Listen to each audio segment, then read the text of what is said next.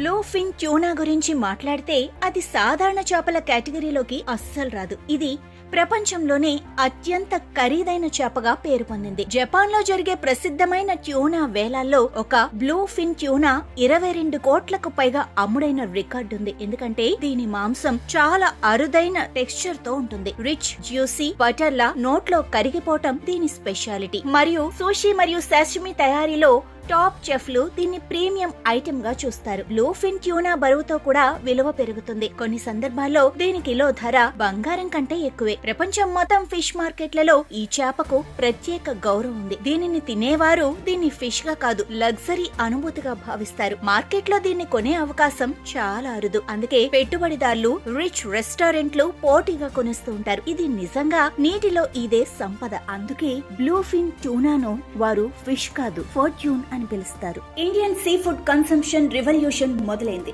మేము వేస్తున్న ఈ మొదట అడుగులో మీరు భాగమవ్వండి.